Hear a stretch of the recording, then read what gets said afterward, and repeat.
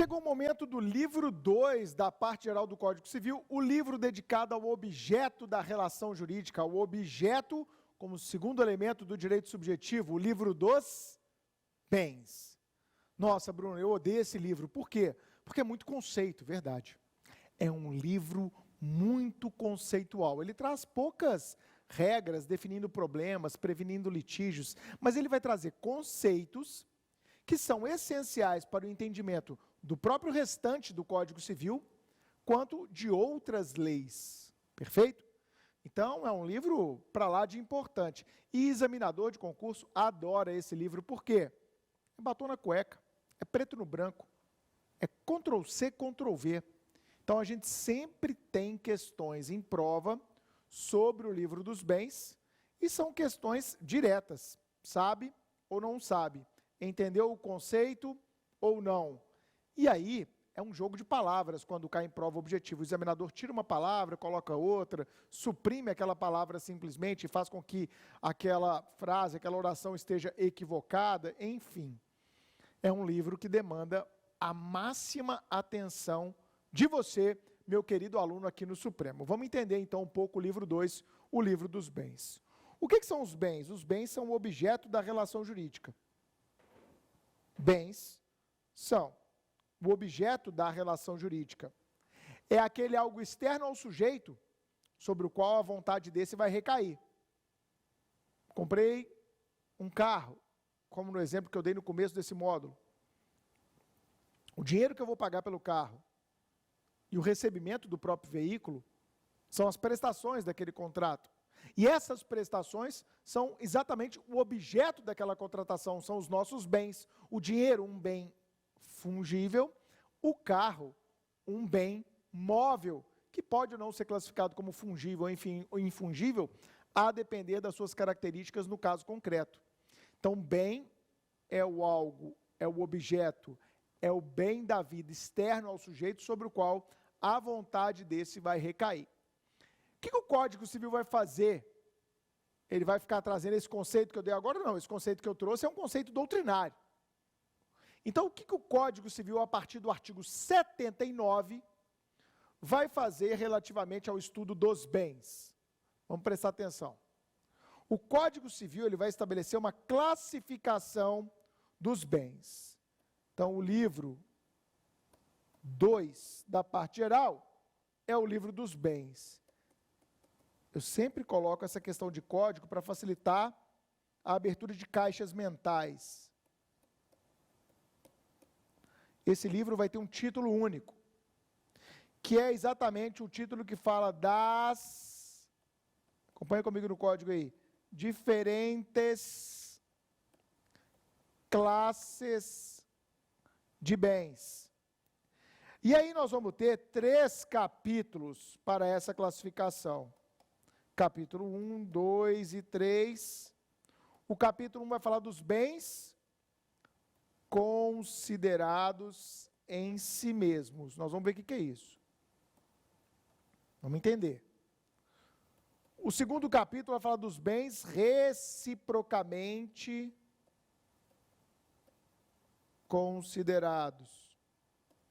E o capítulo 3 é um capítulo que, a rigor, nem precisaria estar no Código Civil, mas por razões históricas lá está, que é o capítulo relativo aos bens públicos. Então, o Código Civil vai classificar os bens em 3 grandes espécies: bens considerados em si mesmos, reciprocamente considerados e os bens públicos. Ele faz isso nos artigos 79 a 103 do Código Civil, como eu disse, artigos bem conceituais, bem técnicos, por vezes abstratos, e que, portanto, para vários alunos, tem uma difícil absorção. É importante vocês ficarem atentos quanto a isso. Tá, Bruno, mas você lá no começo falou que é importante entender a função do Instituto. Exatamente. Então, para quê? Qual finalidade o Código faz essa classificação? Para modular regras. Por exemplo, Uso capião. Forma originária da aquisição da propriedade de outros direitos reais pela posse mansa, pacífica e contínua e pelo preenchimento de outros requisitos, como requisitos temporais e etc. Uso capião. Forma de aquisição da propriedade de outros direitos reais. No Código Civil, lá no livro dos direitos reais, nós vamos ter o direito das coisas, o livro, no título relativo ao direito de propriedade, 1238 seguintes, nós vamos ter lá o quê? A uso capião. A uso capião vai ser dividida no Código Civil em uso capião de bens imóveis e uso capião de bens móveis. Ou seja, essa classificação da parte geral está servindo para modular duas formas de aquisição distintas, quer se trate de imóveis, quer se trate de móveis. Então, a gente tem uso capião de imóvel e de móvel, é diferente. Os requisitos são diferentes, prazo é diferente, modalidades são diferentes. Outro exemplo, contratos. Contrato de empréstimo é um gênero que vai ter como espécies o comodato e o mútuo. Como é que é feita a diferença entre comodato e mútuo? Pelo bem que está envolvido. Se o bem é fungível, pode ser trocado por outro de igual espécie sem perda da sua essência, nós estamos falando de mútuo. Mútuo é o empréstimo de bens fungíveis. E o comodato? O comodato não.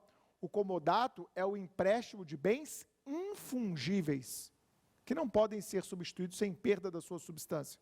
A minha casa na praia, ela é o quê? Um bem? Eu não tenho não, tá? Mas ela é um bem o quê? Infungível. Perceberam? Então, a classificação de bens fungíveis e infungíveis, ela vai trazer essa distinção no âmbito dos contratos, especialmente no contrato de empréstimo. Mais um exemplo, obrigações. No direito obrigacional, nós vamos ter uma diferença das obrigações divisíveis e as obrigações indivisíveis, onde o bem não pode ser cindido. Obrigação indivisível é aquela cujo bem objeto da obrigação é indivisível, a entrega de um cavalo. O cavalo, ele é o quê? Indivisível. Eu não posso entregar como devedor parceladamente um cavalo, sob pena de perda da sua substância. Então, aquele objeto, ele é o quê? Indivisível. Se aquele objeto é indivisível, o regramento da obrigação, ele é completamente diferente. Então, o bem ser divisível ou indivisível pode afetar no regramento daquela obrigação que há de ser cumprida. Perfeito? Então, só para dar alguns exemplos. A classificação dos bens, ela vai servir ao longo do Código Civil e da legislação extravagante para modular efeitos, para modular regras, para trazer distinção, como eu acabei de mostrar com o exemplo da uso capião, do comodato e do direito obrigacional, para ficar só nesses. Tudo bem? Então vamos falar primeiro dos bens considerados em si mesmos. Capítulo 1, artigos 7.9 a 9.1. 7.9 a 9.1. Muita atenção agora. Larga o celular, que é uma praga, né, para quem está estudando. Uma praga, o celular. É o objeto que mais retira a nossa atenção, fragmenta e dificulta a concentração. É você assistir a aula toda hora assim com o celular do lado. Não faça isso. Não faça isso. Mas eu vou usar o meu celular aqui a título de exemplo. Ele é um bem? É. Eu posso olhar para esse celular e classificá-lo? Posso. Sem qualquer relação com outros celulares, com outros bens dos quais eu seja proprietário? Pode. Você pode olhar para um celular e classificá-lo isoladamente. Quando a gente está falando de um bem isoladamente, nós estamos falando daquele bem considerado em si mesmo. O que ele é? Eu olho e descrevo suas características. Isso é os bens considerados em si mesmos. Então, aqui nós vamos ter uma série de classificações aqui dentro. Quais, Bruno? Vamos ver rapidinho. Aqui eu vou ter a classificação se o bem é imóvel ou se ele é móvel. A primeira, assim que se inaugura no 79 e seguintes ali. Depois nós vamos analisar, como eu já disse, se o bem é fungível ou infungível. Se ele é um bem de consumo rápido, um bem consumível, como os alimentos, ou se ele é um bem não consumível ou durável, como um automóvel. Nós vamos verificar se ele pode ser fracionado, divisível, ou se há uma espécie de indivisibilidade. Se ele é um bem indivisível. E eu vou analisar se ele é um bem singular, ou se ele deve ser visto dentro de uma coletividade de bens, a qual nós daremos o nome de universalidade de bens. É isso. 79 a 91 está na tela. É verificar se o bem é imóvel ou móvel, fungível ou infungível, consumível ou durável, divisível ou indivisível, se ele é um bem que deve ser visto de forma singular, ou se ele deve ser visto dentro de uma universalidade, uma coletividade de bens. Eu vou pontuar para vocês agora aquilo que há de mais importante e aquilo que estatisticamente mais é cobrado em provas. Vamos lá. Primeiro, muito cuidado com isso aqui, ó. Móveis para os efeitos legais, imóveis para os efeitos legais. Imóveis e móveis para os efeitos legais, tá? Deixa eu só colocar aqui, ó, para os efeitos legais. Quando essa frase é usada no Código Civil, o que nós temos é uma ficção jurídica, tá? Então é como se o Código Civil estivesse dizendo assim, ó, para os efeitos legais, como uma ficção jurídica, eu vou considerar que isso é um imóvel, ou que isso é um móvel. E onde que a gente vai encontrar isso? Em dois artigos, 80 e 83. Por que eles são bons de cobrar na prova? Porque eles não são de fácil absorção. Eles são uma irrealidade, eles são uma consideração jurídica, eles são uma ficção, eles são uma criação da lei. Por isso, ele não tem concretude, ele é meio abstrato. Por exemplo, o 80 vai falar, olha, são considerados imóveis, o direito à sucessão aberta. Hã? O direito de suceder, ele é considerado um bem imóvel. E todos os direitos reais sobre imóveis e as ações que os asseguram, como por exemplo um usufruto, como por exemplo um direito de superfície, um direito de laje, todos eles são considerados bens imóveis, vírgula, para os efeitos legais. Aí você fica, ah, tá. É uma ficção jurídica isso, né? É uma consideração da lei. Entendido. Então, muito cuidado com esses artigos, hein? Eles caem demais. 80, que vai trazer isso que eu acabei de dizer, e também o 83, que é pior ainda, porque tem mais hipótese. Consideram-se móveis para os efeitos legais as energias que têm um valor econômico, pode ser energia elétrica, energia eólica, energia solar, todas essas energia genética, todas essas energias são consideradas bens móveis. Os direitos reais sobre objetos móveis e as ações correspondentes. Então, um penhor de uma joia é bem móvel para os efeitos legais. Direitos pessoais de caráter patrimonial e as respectivas ações. O que é direito pessoal de caráter patrimonial? Alguém sabe? Direito de crédito. É o outro nome dele. Direito pessoal, porque não é direito real. De caráter patrimonial, econômico, é o direito de crédito. Então, esse direito de crédito, ele é considerado, para os efeitos legais, como um bem móvel.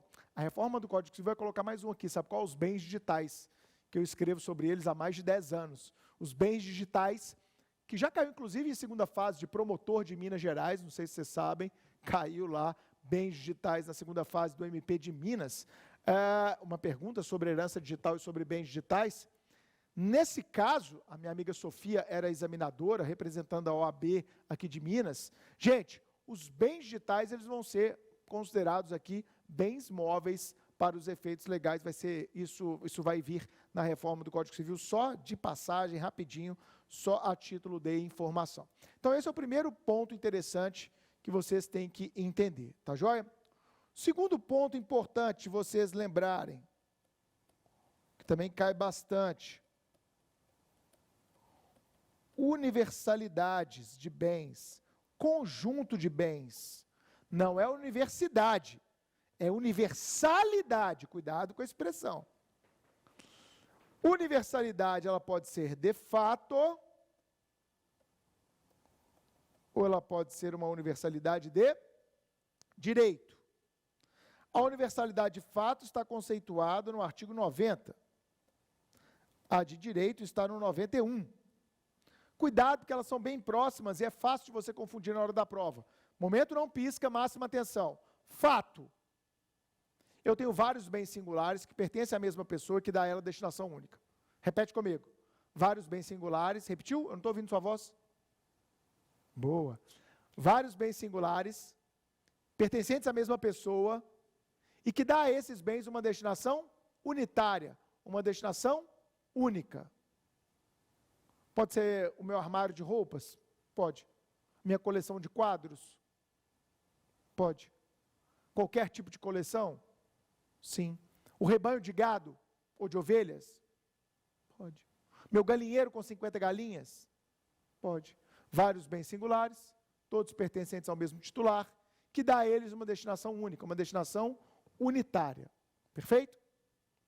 Agora, a universalidade de direito é diferente, porque aqui nós estamos falando de algo mais abrangente. Aqui nós estamos falando de patrimônio. Todas as relações jurídicas que envolvem uma pessoa e que tenham valor econômico compõem o seu patrimônio. Então, pode ser direito de crédito, pode ser uma propriedade, pode ser uma série de questões. Cotas de uma sociedade empresária.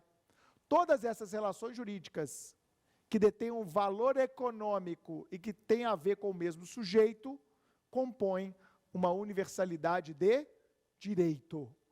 Dá uma lida no 90, dá uma lida no 91, o que é extremamente comum o examinador fazer na prova é trocar os requisitos do 90 e 91 para te induzir a erro. Quando a gente fala em bens reciprocamente considerados, nós estamos falando de um bem analisado sob o prisma, sobre o viés de outro. Então, aqui eu tenho que ter o bem A e o bem B. E nós vamos olhar se há uma relação de pertinência entre eles. A principal classificação que daqui surge, a partir do artigo 92, é aquela classificação que vai dividir os bens em bem principal e bem acessório. O que é bem principal? O que é bem acessório? Quando você lê o 92, você fala assim, entendi, entendeu porra nenhuma, porque ele é abstrato pra caramba. 92 fala, principal é aquele que se existe sobre si, abstrato concretamente. Bem principal é aquele que existe sobre si, abstrata ou concretamente. Acessório é aquele cuja existência pressupõe a do principal. Entendi nada. Verdade. Mas o que surge dessa conceituação do 92 é um princípio geral de direito chamado, esse cai bastante, hein? Princípio da gravitação jurídica. Ok? O que diz o princípio da gravitação jurídica? Um acessório terá a mesma natureza jurídica do bem principal. Um bem acessório seguirá a mesma titularidade do bem principal. Um bem acessório segue o mesmo destino do bem principal. Eles estão umbilicalmente condicionados. Mesma natureza jurídica, mesma titularidade, propriedade, mesmo destino. Então, o princípio da gravitação jurídica não é o principal segue o destino do bem principal, o acessório segue o destino do bem principal. Não, não é só isso, é mais do que isso. Tem a mesma natureza jurídica, pertence ao mesmo sujeito, e eventualmente, se esse sujeito der uma destinação ao principal, via de regra, os acessórios seguirão o mesmo destino. É muito importante você lembrar que esse princípio é uma norma dispositiva. O que significa isso? ser uma norma dispositiva. Significa que se as partes quiserem, elas podem afastar o princípio da gravitação jurídica. Eu posso vender meu carro e ressalvar no contrato de compra e venda que irei retirar todos os acessórios daquele veículo. Posso fazer isso? Pode. Tranquilamente. Temos aqui o veículo que é o principal, mas eu não vou te entregar os acessórios, não. É possível ou não é? Sim, eu posso, então, dispor, relativizar, afastar a incidência do princípio da gravitação jurídica sem maiores problemas. Então, salvo disposição em contrário, salvo acordo entre as partes, são expressões que vão denotar esse caráter dispositivo da regra. O que há de mais importante aqui é o artigo 93 e o artigo 94. Porque eles trazem um acessório muito peculiar, que são as pertenças. As pertenças são um tipo de acessório especial, que não são partes integrantes, mas se destinam de forma duradoura, não é passageira, não é temporária, é duradoura. Se destina a quê? Aos Estados Unidos. Ao USA. Não entendi. Uso, serviço e aformoseamento. Agora ficou claro. USA, aqui não tem nada de Estados Unidos. Não. É só para você gravar. Processo mnemônico. USA, uso, serviço e aformoseamento de outro bem. Então, eles estão ali de modo duradouro, para melhorar o uso, para melhorar o serviço, para servir aquele bem e para aformosear, decorar. Então, os quadros que eu tenho na minha casa, pertenças.